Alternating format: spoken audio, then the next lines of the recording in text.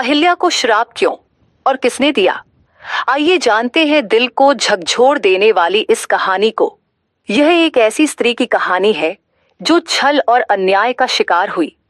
एक महिला वर्षों तक एक श्राप के कारण अपने उद्धार के लिए प्रभु की राह देखती रही। आखिर क्यों? क्या था श्राप? किसने और क्यों दिया था श्राप? क्या उसे श्राप से मुक्ति मिली? यह सब जानने के लिए वीडियो में अंत तक बने रहिए। यदि वीडियो पसंद आए तो इसे लाइक करें, चैनल को सब्सक्राइब तथा कमेंट में हमें बताइएगा कि आपको वीडियो कैसा लगा। भारतीय धर्म ग्रंथों में अनेक स्त्रियां हैं जिनकी कथाएं धर्म, नीति और समाज की बुनियाद में गहराई से जुड़ी हुई हैं। अहिल्या की कथा इन्हीं में से एक है। वह एक ऐसी स्त्री थी जिन्हें उनके तपस्वी और महान पति गौतम ऋषि ने श्राप दिया था, और वह भी एक ऐसे अपराध के लिए जो उन्होंने जानबूझकर किया भी नहीं था। यह कथा न केवल धार्मिक दृष्टिकोण से महत्वपूर्ण है, बल्कि यह समाज में स्त्रियों की स्थिति, न्याय और पुनरुत्थान की बात भी करती है। अहिल्या का जन्म और जीवन। अहिल्या को ब्रह्मा द्वारा सृष्टि की गई प्रथम स्त्री कहा जाता है। कुछ कथाओं के अनुसार उन्होंने स्वयं अहिल्या को अत्यंत सुंदर, तेजस्वी और गुणवान बनाकर पृथ्वी पर भेजा था। ब्रह्मा ने उनकी शिक्षा और पालन पोषण का भार महर्षि गौतम को सौंपा, जो एक महान तपस्वी थे। कुछ समय बाद ब्रह्मा ने अहिल्या का विवाह भी महर्षि गौतम से कर दिया। दोनों आश्रम में रहते थे, तप करते थे और एक संयमी जीवन जीते थे। अहिल्या को उनकी सुंदरता, ज्ञान और भक्ति के लिए जाना जाता था। देवेंद्र यानी इंद्र, जो देवताओं के राजा हैं, अहिल्या की अनुपम सुंदरता से अत्यधिक आकर्षित थे। वे जानते थे कि अहिल्या एक पतिव्रता स्त्री है और महर्षि गौतम की पत्नी है। फिर भी उनके मन में वासना और मोह उपज गया।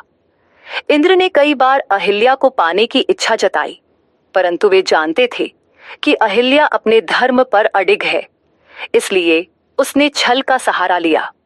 इंद्र की चाल और छल। एक दिन महर्षि गौतम प्रातःकाल गंगा स्नान के लिए गए थे। इंद्र ने इस अवसर का लाभ उठाने के लिए योजना बनाई। उन्होंने महर्षि गौतम का रूप धारण किया और अहिल्या के पास पहुंचे। उन्होंने स्वयं को गौतम बताकर अहिल्या से संभोग किया। अब यहाँ दो मत मिलते हैं। एक मत के अनुसार अहिल्या ने इंद्र को पहचान लिया था, लेकिन फिर भी मौन रही, जिससे यह प्रतीत होता है कि वह भ्रमित थीं या भयभीत। दूसरे मत के अनुसार अहिल्या को यह भ्रम हो गया कि वह वास्तव में उनके पति हैं और उन्होंने छल में आकर इंद्र को स्वीकार किया। जिस क्षण इंद्र वहां से निकल रहे थे, उसी समय महर्षि गौतम आश्रम लौट आए। उन्होंने सब कुछ अपनी दिव्य दृष्टि से जान लिया। वे अत्यंत क्रोधित हो उठे। गौतम ऋषि का श्राप। महर्षि गौतम ने पहले इंद्र को श्राप दिया, हे इंद्र, तूने छल से मेरी पत्नी का सतीत्व भंग करने का पाप किया है। जा, तू सहस्र योनि वाला होगा। बाद में यह सहस्र कमल में परिवर्तित हुआ, क्योंकि देवताओं ने प्रायश्चित्त कराया। फिर उन्होंने अहिल्या की ओर देखा और उन्हें भी श्राप दे दिया। अहिल्ये, तूने धर्म की मर्यादा का उल्लंघन किया है। तू अब पत्थर बनकर पड़ेगी। कोई तुझे नहीं देखेगा, न तेरा सम्मान होगा। तू केवल तब मुक्ति पाएगी जब भगवान विष्णु के अवतार रामचंद्र इस धरती पर आएंगे और उनके चरणों की रज तुझे स्पर्श करेगी। तभी तू फिर से स्त्री रूप में लौटेगी और तुझे मोक्ष प्राप्त होगा। अहिल्या का पत्थर बन जाना। गौतम ऋषि अहिल्या को छोड़कर वन में चले गए। अहिल्या एक शिला यानी पत्थर में परिवर्तित हो गई। यह स्थान आगे चलकर अहिल्या स्थल के नाम से प्रसिद्ध हुआ। वह वहां वर्षों तक पड़ी रही, बिना किसी मानवीय संपर्क के। परंतु यह भी कहा जाता है कि उन्होंने मन ही मन प्रायश्चित्त किया, तप किया और प्रभु की प्रतीक्षा करती रहीं। भगवान राम का आगमन और उद्धार। कई वर्षों बाद जब भगवान राम अपने गुरु विश्वामित्र के साथ मिथिला जा रहे थे, तब उनका मार्ग इसी अहिल्या आश्रम से होकर गुजरा।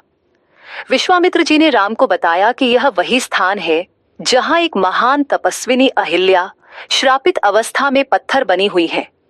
जैसे ही भगवान राम ने अपने चरणों से उस शिला को स्पर्श किया, अहिल्या पुनः स्त्री रूप में प्रकट हो गईं।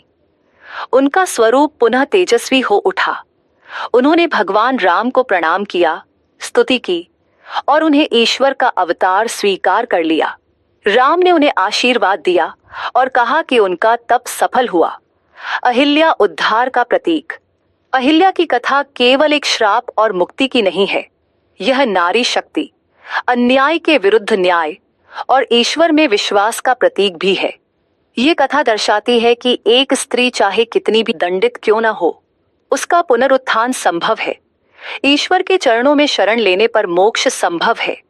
सामाजिक अन्याय के बावजूद स्त्री धर्म, तप और शक्ति का प्रतीक बन सकती है। समाज और आलोचना की दृष्टि से तथा आधुनिक दृष्टिकोण से देखा जाए तो इस कथा में कई प्रश्न उठते हैं। क्या अहिल्या वाकई दोषी थीं? यदि वे छली गईं, तो उन्हें श्राप क्यों दिया गया? क्या यह कथा स्त्रियों के साथ होने वाले अन्याय की प्रतीक नहीं बनती? इन प्रश्नों के उत्तर समय और संदर्भ के अनुसार भिन्न हो सकते हैं, परंतु यह सत्य है कि अहिल्या का पुनरुत्थान एक आशा की किरण है। निष्कर्ष: अहिल्या की कथा धर्म, इतिहास, न्याय और पुनरुत्थान की जटिल परतों से बनी हुई है।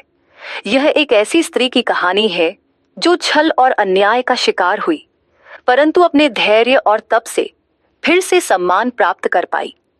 राम जैसे ईश्वर स्वरूप ने उनके श्राप का अंत कर उन्हें दिव्यता प्रदान की। आज भी बिहार में अहिल्या स्थान नामक तीर्थ है, जहां यह माना जाता है कि वही वह स्थान है जहां राम ने अहिल्या का उद्धार किया था।